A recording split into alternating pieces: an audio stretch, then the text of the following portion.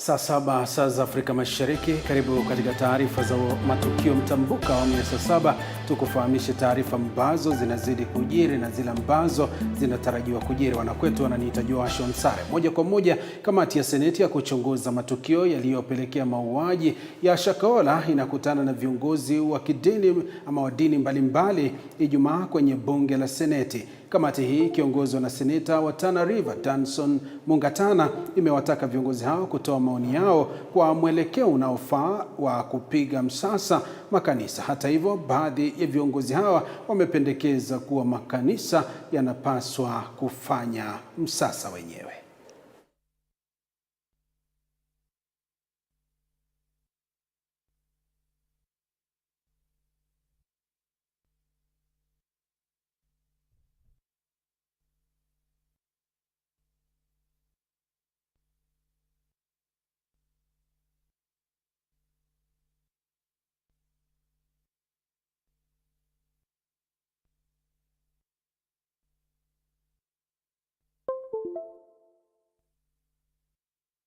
By para or umbrella bodies that are in courts like the KCCB, the NCCK, and the AAK. So, for that matter, what I'm saying here is that if you want to go well, I'm not saying let us set those high standards, but something the government should agree with the church on something that the church will look into and make recommendations on the basis of the knowledge of this person. I agree with the senator, honorable senator, on matters ignorance and on matters training, because that is what is contributing a lot to this. When you look at Mackenzie, the case we are talking about, Mackenzie here, he began as a Christian, and later it is said he indulged somehow and passed through Muslim teachings, and we don't know whether it is Boko Haram or what that caught him to begin teaching against education, to begin teaching about health issues. So you can see Mackenzie a Christian here, and maybe that on that other side. Then he is back here with the Bible, and his main texts are in the Maccabees 1 and 2, which the Protestant church we don't recognize, because it's not a canonical book. You see, so these things, why my colleagues are saying some things cannot be handled properly from the other side, but there is need for a close relationship with the church and the state on matters religion, because because even if we come up with an idea and we want to implement it, that would protect the so-called entity, then we have to pass through the parliament with an amendment of a certain bill to give some light, to give some light to that effect. So that's why I was taking that direction of recommendation, because I wonder how. When I began after secondary school, I was employed as an untrained teacher, and I could remember how I handled my pupils. And because I taught both primary and later this secondary school as an untrained teacher. But when I went to college, I realized I was a fool. And I could remember how many times I cheated my students, and I feel bad. And that's why I'm saying, not setting those high standards of Rwanda, but something that together with the calling. The first thing is the calling, but you cannot determine who is called and who is not. Yeah? Yeah, so that is my take, Chair, and thank you.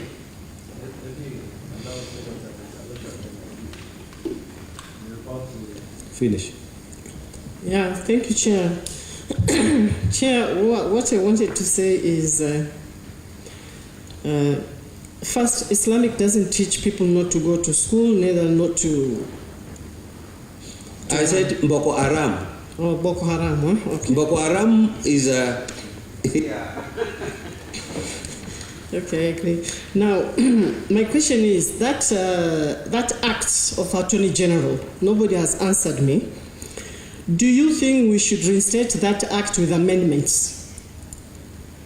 Because you have never given us any reasons why you rejected it. I know you must be having your own reasons why you rejected it. But if we would amend it, would it really serve the purpose? Will it help the country and the religions to put some measures which will be beneficial to both? Yeah? And my last question is, as clergies, you actually have come out clearly to know that you are aware of Mackenzie, the way he was operating. Did you come Na mtazamaji, ni taarifa ambayo tunazidi kuifuatilizia, tutakuwa tunakufahamisha katika taarifa zetu zijazo. Tukibadilisha dira, tuangazie mengine. Ni kwamba wanaokashifu mswada wa fedha wa mwaka 2023 sasa wamehimizwa kuipa serikali njia mbadala ya kuongeza mapato ili kusaidia uchumi na shughuli za maendeleo ya nchi. Akizungumza katika ukumbi wa Bomas alipokuwa akiwahutubia wanachama wa chama cha kitaifa cha wafanyabiashara na wenye viwanda nchini KNCCI, mkuu wa mawaziri Musalia Mudavadi amekanusha madai ya upinzani akisema kuwa serikali ina mipango mizuri kwa manufaa ya mwananchi. Aidha, ametoa wito kwa wanachama hao wa Kenya kwa ujumla kukumbatia na kuupitisha mswada huo wa fedha, kwani una manufaa mengi ya baadaye. Vilevile amewataka wajumbe wa baraza hilo kuisaidia serikali katika kuwapa Wakenya taswira halisi ya kile kinachoshuhudiwa badala ya kuingiza siasa katika mswada huo wa kifedha wa mwaka 2023. Business is crucial to the growth of our country. We need to expand, we need to grow internally and within the region. Statistics are showing that our trade is growing even within the region in spite of the various challenges that we are facing. Kenya's trade with neighboring countries is on the upward trend. We also want to seek your help to change the debate in the country. There is no country that can grow without revenue. No government globally has any resources other than those that it gets through taxation globally. The pain we are feeling as a nation is because fewer people have been paying tax, and the tax money is repeatedly coming back to almost the same people again, yourselves included. So we need to find a way of broadening that base. And to broaden that base, we must make sacrifices. They'll be painful, but I'm seeking your help on behalf of the government of Kenya that let us change this debate. Let us ask people, if you say that you do not like this tax measure, what is your genuine alternative? Mtazamaji, kwingineko, maonyesho ya kilimo ya kaunti za Mashariki yanaendelea katika kaunti ya Machakos, yakileta pamoja wakulima kutoka kaunti za Machakos, Kitui, Makueni, Kajiado na kaunti Alikwa. Katika maonyesho ya mwaka huu, wanafunzi kwa mara ya kwanza wanashiriki kwa kuonyesha uwezo wao wa kushiriki kilimo, huku wakulima wakiangazia uwezo wa mbegu za kiasili bila kutumia kemikali kusaidia katika vita dhidi ya mabadiliko ya tabia nchi. Mwandishi wetu yupo katika uwanja wa maonyesho ya kilimo mjini Machakos na anazungumza na wakulima kuhusu jinsi mbegu za kiasili na jinsi zinaweza saidia katika vita dhidi ya mabadiliko ya tabia nchi.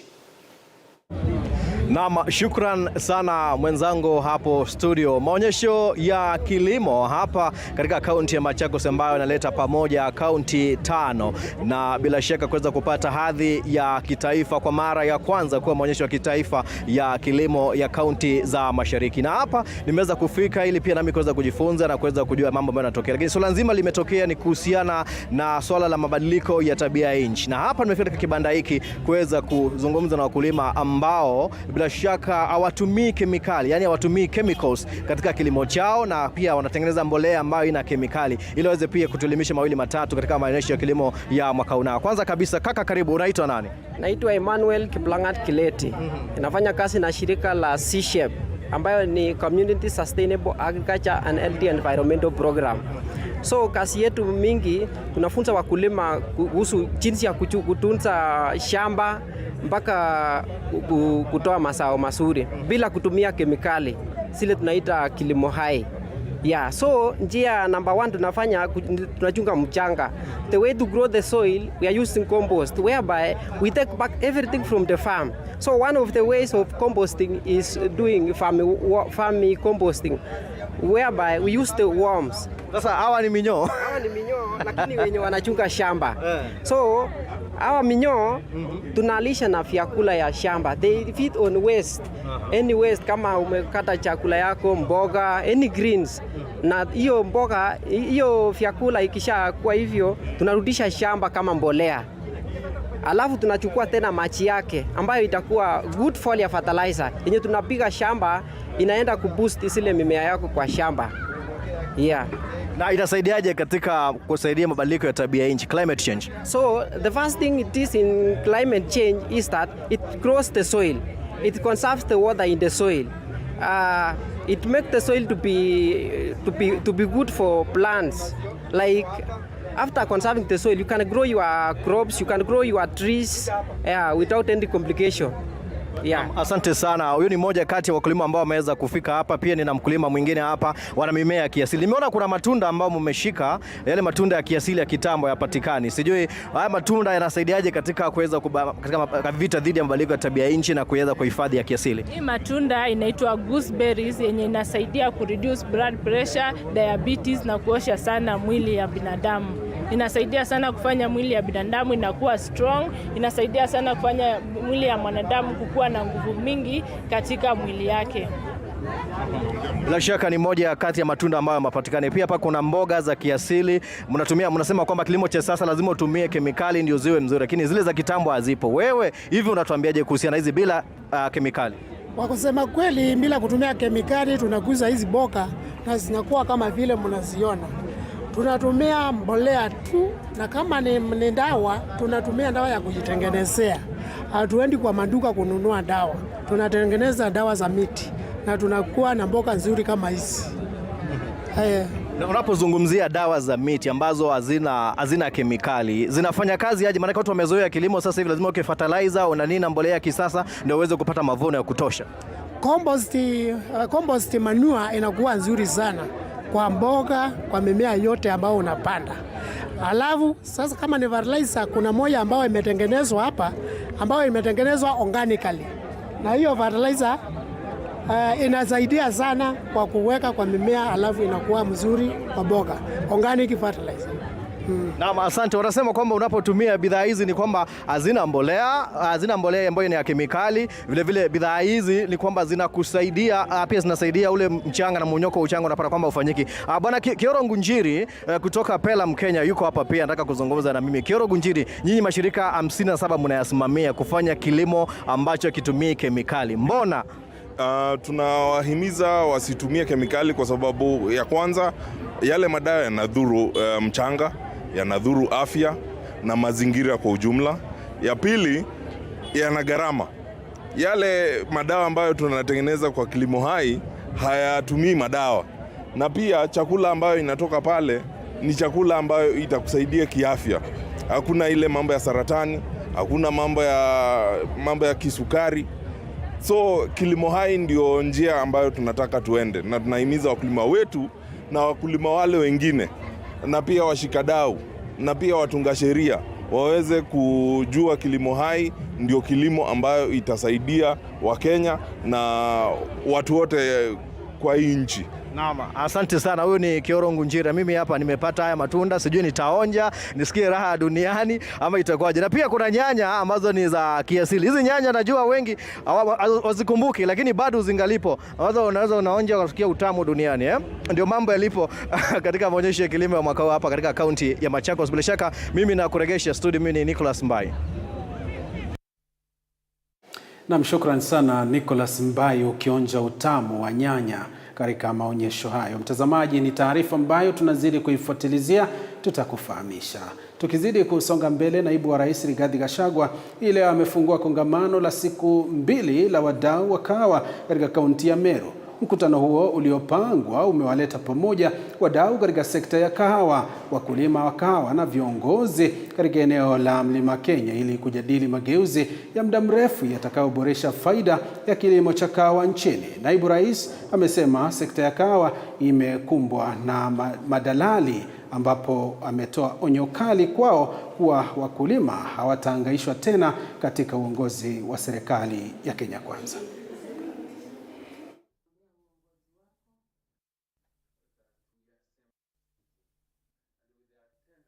I want to request you to consider proposing to these members of parliament on how to streamline marketing. As it is today, it's unacceptable that the very people who are marketing are also millers. They are also roasters. It cannot work. That is how the coffee farmer has been exploited. We know they register different companies, but they are the same people. And they are the same people who sit at the coffee exchange. They are the marketers, they are the millers, they are the sellers, they are the buyers. Huyu mkulima si ameisha. And they are the brokers. That will be sorted out in Meru. And why did I choose Meru? Meru is the land of the brave and the courageous. Yes. Difficult decisions will be made here. They'll hurt a few people, but the majority will be happy. And we are sorry for the few people who will be hurt along the way. Going to do. To begin with, on the issue of the marketing, on the coffee auction, I want to say that even from my ministry, we have got the commodity exchange, and we are fast-tracking it. We have set ourselves a target of next month. We need just some little intervention, Your Excellency, which I will be looking for you to assist us to operationalize commodity exchange, so that the commodity exchange will be the first parallel coffee auction that we are going to have. So that at least we can compare. Mtu achague, do you want to be in that exchange or this other exchange? Secondly, as you have been following what we have been saying as government, is that starting from the next 3 weeks, we are rolling out a county aggregation and industrial park in all the 47 counties. The first 14 counties were advertised some 3 weeks ago. The tenders are actually closing today as we speak, and I'm happy to be here in Meru, where the first of the one of the 14 counties is Meru. So once we award this tender for the aggregation park, just here in Vode, it is mandatory, and I've made it very clear to my ministry and to the Council of Governors that within the county aggregation and industrial park, we will work with the county governments to give them the equipment and the machinery that they need so that they can be able to add value and to process their coffee from right here. And so that we can be able to uplift it from here to our various export processing zones.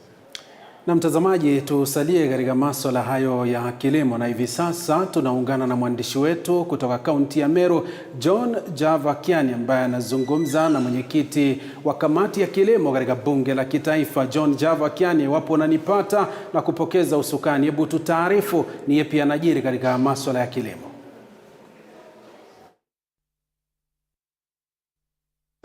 Asante sana na kupata vyema kabisa hapa katika kaunti ya Meru katika kongamano la ukulima wa kahawa. Wakulima mbalimbali pamoja pia na wadau katika sekta ya kahawa wamekongamana hapa kuweza kuhakikisha kwamba wanaongelea swala nzito ili la kahawa, kwa sababu kumekuwa pia na baadhi tu ya lalama kutoka kwa baadhi tu ya wadau wakisema kwamba swala la madalali wamekuwa wakiingilia kati katika sekta hii, na bila shaka imeweza kuungana pia na mbunge wa Tigania Magharibi na pia ni mwenyekiti wa kamati ya kilimo katika bunge la kitaifa John Mutunga aweze kutuelezea labda masuala gani haya yameweza kupigwa msasa na naibu wa rais ambaye yuko hapa Rigathi Gachagua. Karibu tena sana kwenye TV47. Labda unaweza tuelezea katika sekta ya kahawa kaunti ya Meru imefikia wapi? Kaunti ya Meru ni mojawapo kaunti zile zinakuza kahawa, na wakulima wengi hapo zamani waliachana na ukuzaji wa kahawa, wakapanda mahindi, maragwe, wengine wakaweka mimea nyingine ama mifugo, kwa sababu kahawa ilikosa bei yake ilienda chini na ikaudhi wakulima zaidi. Kwa hivyo wakati huu tunazungumzia mambo haya, tuone masuala gani yatakana yarekebishwe ndivyo wakulima waweze kurudi kwa ukuzaji wa kahawa. Tunahimiza wakulima waangazie upanzi wa kahawa na utunzaji wa kahawa, kwa sababu soko la dunia liko na bei nzuri, lakini ile bei wanapata ni kidogo sana, na hiyo ni katika uuzaji. Ndivyo kuna makateli wengi ambao wameingilia ile sekta na wakaongeza gharama zaidi. Yameibuka mambo mengi yenye utata mkali katika kongamano tulionao siku ya leo, na nafikiria tukishachambua haya mambo tutakuwa na mipango mizuri hapo baadaye itakayoweza kuinua ukuzaji wa kahawa katika nchi yetu. Labda kama mwenyekiti wa kamati ya kilimo, utashirikiana vipi na serikali kuhakikisha kwamba au madalali au makatels ambao umeweza kutaja wameangamizwa na mkulima wa kawaida anapata uhuru wa kupata haki yake ya kilimo? Kwanza kabisa ni kuhakikisha sheria inayokuja ya kahawa, tutahakikisha hakuna mtu ama kikundi cha watu ama kampuni vile inaweza fanya kazi mbili katika ukuzaji na uuzaji na uboreshaji wa kahawa, kwa sababu kuna ile inaitwa over concentration of the chain. Unakuta kampuni moja ndiye inahamasisha uuzaji wa kahawa, ile kampuni pia ndio inaboresha ama inafanya processing ile kahawa kutoka parchment coffee kwenda green coffee, alafu kampani hiyo ikiwa na jina lingine ndio pia inanunua ile kahawa. Sasa mambo kama hayo tutahakikisha sheria itakayotoka itafungia hao wote, iwe ni unaweza tu kufanya jambo moja katika ile shughuli ya kahawa, na pia la pili tuhakikishe pia tumefungua njia za kuhamasisha kahawa yetu iweze kuuzwa nje zaidi.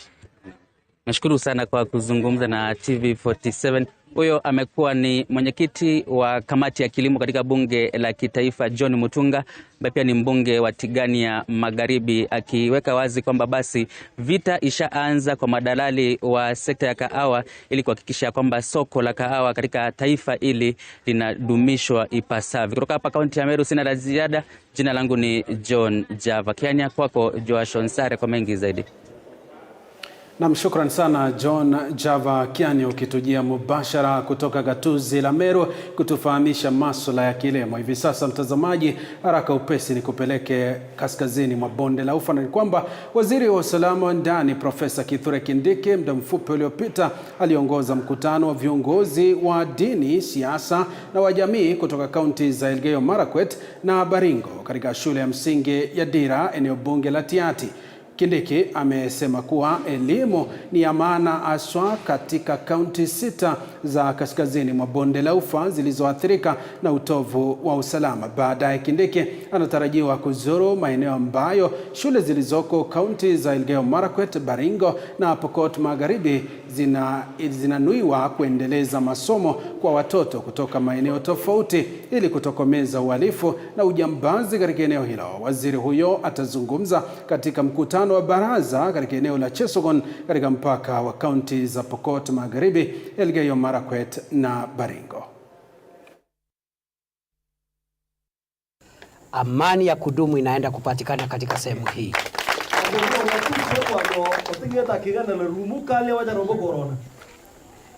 Nimetumwa hapa na Mheshimiwa Rais William Ruto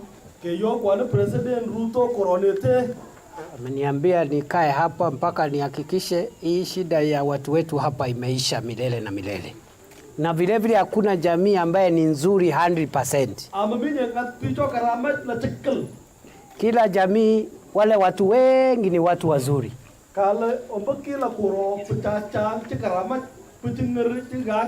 Lakini hakuna jamii inakosa mtu mmoja wawili ambao labda wako na shida kidogo. Kwa hivyo tutashirikiana kuhakikisha ya kwamba tunalinda haki ya Wapokot kama vile tunalinda haki ya jamii zingine katika Jamhuri ya Kenya. Na vile vile ikiwemo mpaka wa Marakwet West na upande wa West Pokot. Eneo hili lote tutajenga mashule ambayo ni mashule ya kuleta watoto wetu kutoka jamii zote, wasome pamoja, wakae pamoja, wafundishwe pamoja ili watengeneze amani ya kudumu ya siku zijazo. Mtazamaji, kwingineko, muungano wa bunge wanawake nchini KEWOPA wamejitokeza na kulaani kusimamishwa kwa miezi 4 kwa mwakilishi wadi wa Kanyenyaine Grace Nduta kwa madai ya kutoa maoni kwenye mtandao wa WhatsApp. Mbunge wa Dagoretti Kaskazini Beatrice Elachi amekana vikali tukio hilo na kulitaja kuwa ni la udhalilishaji.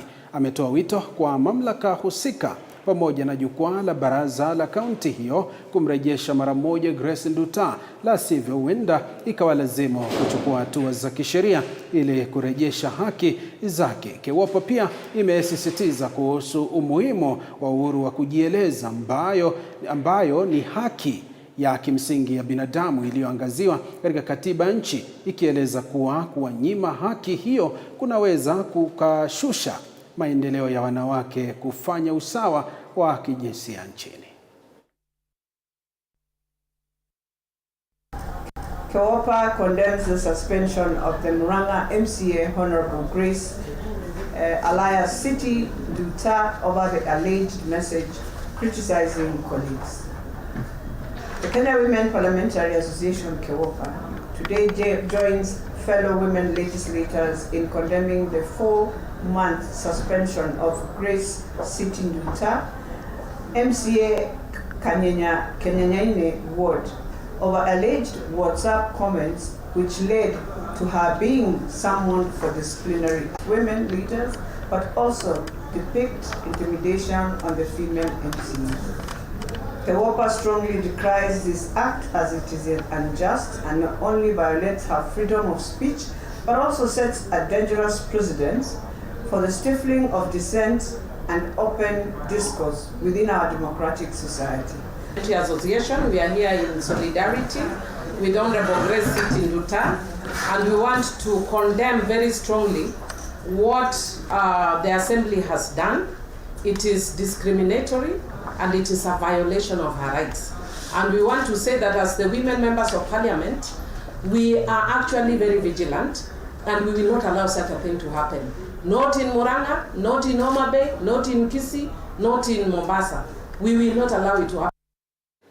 Na mtazamaji, kufikia hapo ndipo nahitimisha awamu hii ya taarifa za upeo wa Matukio Mtambuko Konradi, ili tuweze kukupasha mengi zaidi baadaye, na ikitimu mwendo wa saa 1 nitakuwa papa hapa kuweza kukupa taarifa za upeo wa TV47. Lakini napokamilisha muda mchache ujao tutakuwa tunakupeleka katika ukumbi wa Chota Hall ambapo mwanamichezo Fred Arocho yuko ili kuweza kuangazia yule mwanabondia wa Kenya ambaye ni Sarah Achieng, ambapo atakuwa anamenyana hapo kesho na Edith Soledad ambaye atashawasili humo nchini, kiputa ambacho tutakuwa tunakupeperushia hapa live kupitia TV47 na vile vile kupitia Radio 47. Kufikia hapo nahitimisha, endelea kufuatilizia TV47 kwa taarifa na vile vile vipindi. Na kwetu wananiita Joashua Msare. Kwaheri kwa sasa.